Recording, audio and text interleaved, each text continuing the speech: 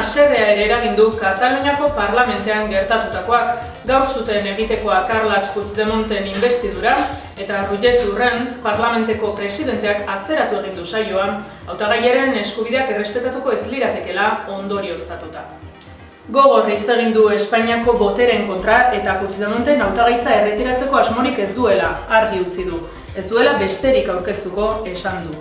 Ni la vicepresidenta Soraya ni el Tribunal Constitucional decidiran qui ha de ser el president de la Generalitat de Catalunya. Són els diputats i les diputades escollits democràticament qui els pertoca fer-ho. És arran de la seva voluntat majoritària que el passat 22 de gener vaig proposar al president Carles Puigdemont i Casamajor com a candidat a ser investit president de la Generalitat. Va ser fruit de la voluntat expressada per una majoria d'aquesta cambra. I en tant que aquesta voluntat majoritària es manté, no proposaré cap altre candidat a la investidura. El president Carles Puigdemont té tota la legitimitat per ser candidat a la investidura i té tot el dret. Erabakiak desadostasunak eragin ditu alderdi independentisten artean, Junts per Catalunya eta CUP ez datozelako bat. Elsa Artabiri nolanahi ere baikorra iruditu zaio Torrentek publikoki esatea beste hautagairik ez duela proposatuko. Primer de tot, valorar molt positivament el to i la contundència del discurs del president del Parlament aquest matí. Dit això, nosaltres entenem que les garanties per fer el ple es compleixen avui. Que els 68 vots, que la majoria absoluta per investir el president Puigdemont el tenim avui i el tenim aquesta tarda. Nosaltres no tenim voluntat d'anar a eleccions, no entenem que ja vam fer unes eleccions a les que ja enteníem que no tenien sentit fer i per tant ja hi vam anar, vam guanyar, el resultat va ser claríssim. Recordeu que en aquell moment, quan l'estat espanyol va convocar aquestes eleccions, les va organitzar i va posar les seves normes per fer-les, tothom estava encantat de la vida que el president Puigdemont hi participés, perquè en aquell moment es pensaven que el resultat seria un altre. Nosaltres refermem el resultat del 21 de desembre. Oposiziotik azken asteotako diskurtsoari eutsi dio Ziutatanseko Ines Arrimagasek, eta esan du ezin dela justiziatik ihes egin duen norbait presidente izendatu, eta iragarri du babeseskeko errekurtsoa aurkeztuko duela parlamentean. No se podía celebrar un pleno para investir a una persona que está huida de la justicia y que además ni siquiera se ha presentado ante los tribunales y ni tan solo está en Cataluña. La decisión del señor Torrent de hoy no soluciona el problema de fondo, porque el señor Torrent ni siquiera suspende esta convocatoria, sino que simplemente la retrasa. Y además ha insistido en su declaración en que él sigue defendiendo que el señor Puigdemont sea el presidente y que es el único candidato que él puede proponer como presidente. Que vamos a presentar un recurso de amparo al señor Torrent, porque ya está bien que el señor Torrent sea solo el representante y el defensor del señor Puigdemont. Tiene que ser el defensor de todos los parlamentarios, también los del partido que ha ganado las elecciones. Begi asko egon dira gaur Bartzelonan Kataluniako parlamentean gerta zitekenari begira. Bertatik bertara segitu dute gertatutakoa eta honek guztiak izan lezaken eragina analizatu dute. Jon Telleriaren ustez egun gazi-gozoa izan da.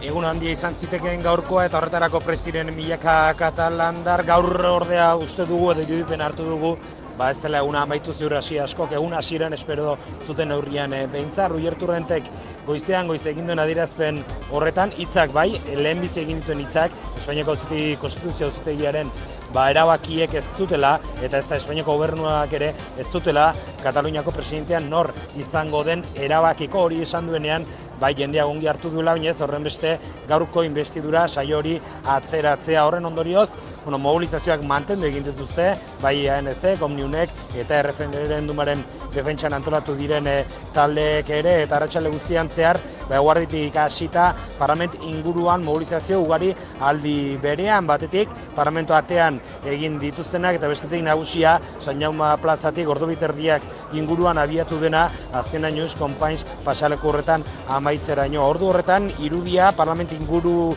guztia jendez beteta ageri zen, bai sarrera eta bai bi sarrerak, Parlamentuko parke horretara dauden bi sarrerak, eta baita Just Companys pasealekua bera.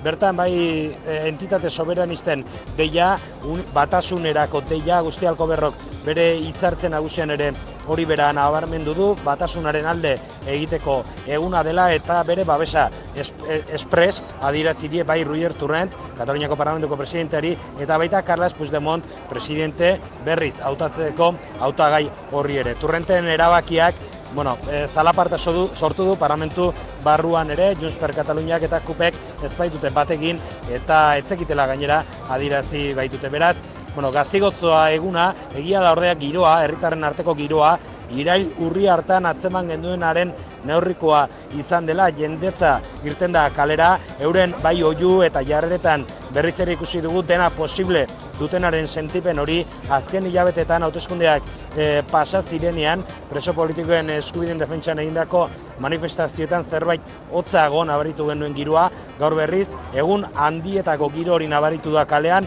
baina agerikoa da parlamentuan eman ez diren urratsak ez dutela ziur ziren espektatibak, eta hala bukatu da, Just Companys pasealekuan entitate soberanistak deitu duten mobilizazioa, ikusteke zer emango duen bideak, hori bai, hemen bildu den jendetzak garbi, pankarta buruak zion bezala, errepublika gara eta euren presidentea Carles Puigdemont dela esan dute.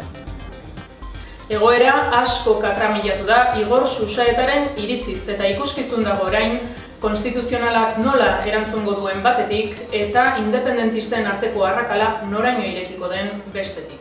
Kataluniako presidente berriaren inbestidura saioa, hori bera, askoz ere gehiago katramilatu da gaur parlamentuan gertatu denaren ondoren. Goizean prentxorrekoa deitu du Turrentek, Roger Turrentek, parlamentuko presidenteak, RC-koak, eta adierazi du, ez Sáez de Santa Mariak, ez Espainiako auzitegi konstituzionalak ez dutera erabakiko zein izango den Kataluniako hurrengo presidentea. Abenduaren 21eko hauteskundetan herritarrek emandako mandatuari eutsiko diotela, beraz, Puigdemont dela hautagai bakarra, baina horretarako bermerik eduki ezean, ez dutela inbestidura saiorik egingo. Eta gero gertatu da, arratsaldean, aurreneko orduan, auzitegi konstituzionalak adierazi duela, Junts per Kataluniak, Espainiako helegiteak, Espainiako gobernuak, Puigdemonten hautagaitzaren kontra jarritako helegiteari jarritako alegazioei uko egin diela konstituzionalak, beraz, orain ez dago argi, ez noiz izango den inbestidura saioa, ez konstituzionalak epe bat jarri duen Madrilek jarritako helegitea tramiterako onartzeko edo ez dago bat ere argi, eta hor ikusi dena da, subiranisten artean, independentisten artean, badaudela arrakalak, izan ere, Junts per Kataluniak eta KUPek adierazi dute Turrentek bere kabuz hartu duela erabakia, konsultatu gabe. Hori leporatu diote, dena dela Junts per Kataluniak adierazi du, bat egiten duela bestela Turrenten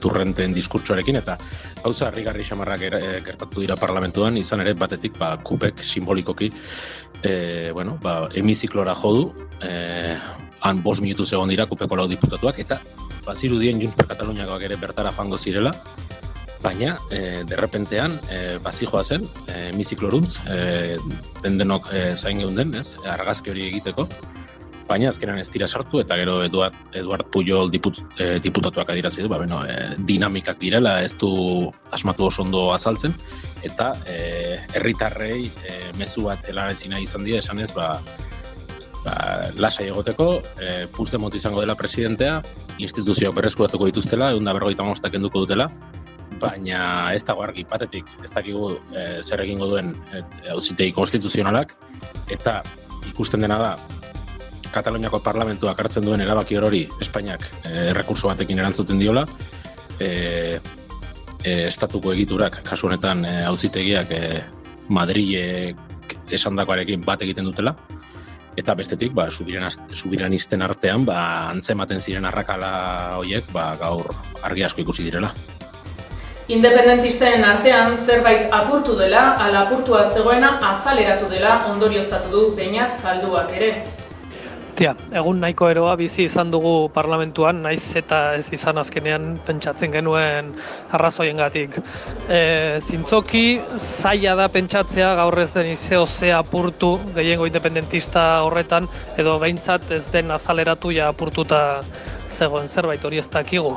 Egia Aitorrentek atzeratu du saioa Junts per Kati eta Kupi ezer esan gabe, eta hortik aurrera Eskerra eta gehien bat Junts per Katen arteko tirabirak nabariak eta publikoak izan dira egun osoan zehar.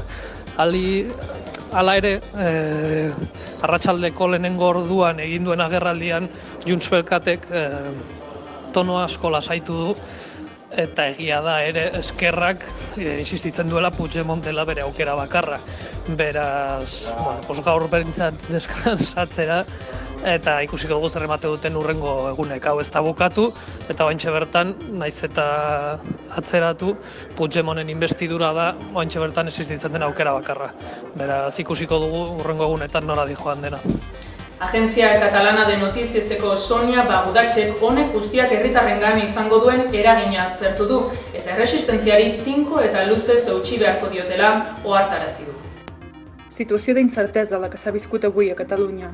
Després que Lucius Ministre Zoido fes el ridícul al més pur estil d'Astis, reconeixent el que ja es veia a peu de carrer amb l'esperpèntic desplegament policial organitzat, el president del Parlament, Roger Torrent, anunciava aquest matí l'ajornament del ple d'investidura. Convé destacar l'obcecació malaltissa del govern espanyol contra Puigdemont, que ha portat l'Estat a buscar el president en maleters de cotxes i a les clavegueres, però no precisament en les de la seva propietat, que en aquestes no hi entra.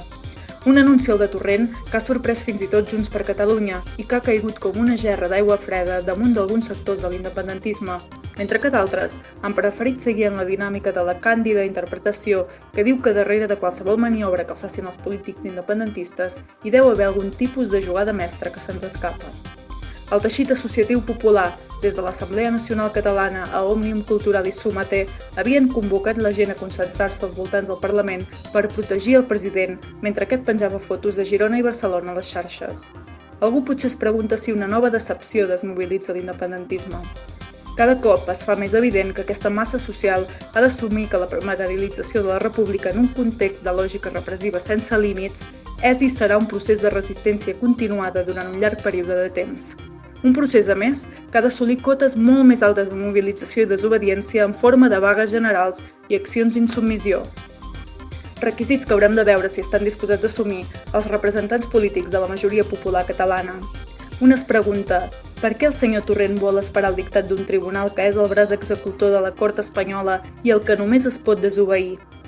Perquè la pregunta és, aquesta estratègia de guanyar temps es concep des de la plena consciència que serà necessari intensificar el conflicte i assumir els costos de tot tipus que això pugui comportar?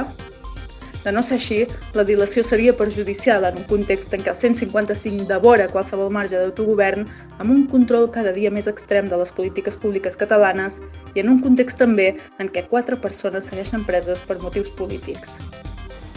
Obedientzia ala desobedientzia, hori da kontua Alex Romagera direktako kazetariaren ustez, bigarrenak baino ez du balioko aurrera egiteko. La situació que s'ha generat avui davant de les portes del Parlament de Catalunya, de la institució que recull la sobirania popular del poble català, evidencia el que ja ens hem trobat en altres moments dins de l'anomenat procés polític que va portar el 27 d'octubre a proclamar la República Catalana. És a dir, o bé hi ha una presa de consciència de que sense desobeir, sense una via unilateral recolzada per un coixí social molt important, es desbordi el marc jurídico-polític espanyol, el 155 i totes les resolucions que emanen de les institucions i dels instruments legals de l'estat espanyol, o bé tornarem al cicle de la gestió autonòmica. Per tant, amb la concentració de milers de persones avui cridades per l'ANC i pels comitès de defensa de la República, l'únic que s'ha fet és assenyalar el camí, que segons el qual per avançar, articular i materialitzar la República Catalana només es pot fer des de la legitimitat d'una majoria social, perquè no hi ha cap possibilitat d'abordar una negociació amb l'estat espanyol que reconegui la voluntat del poble català. Per tant, el debat no és Puigdemont sí, Puigdemont no, és si obeïm o desobeïm. I la desobediència pot tenir uns costos polítics i sobretot humans, però en tot cas l'obediència ens situa en un marc ja conegut on és difícil avançar i on és no només això, sinó que és estar sota el tutelatge, sota el control de les finances i sobre el disseny ja conegut que ens ha portat fins a l'actual situació de bloqueig. Per tant, les milers de persones concentrades avui davant del Parlament, el que estaven dient els representants dels partits independentistes és que o realment es fa valer els 70 diputats, la majoria política, per plantar cara a l'Estat, desobeir i fer servir la legitimitat, per tant, per una via unilateral de materialitzar la república, o bé ens tornarem a trobar en un nou cicle autonòmic incapaç de tenir una resposta democràtica com ho hem vist amb el tancament del règim del 78 que han fet PP, Ciudadanos i PSOE.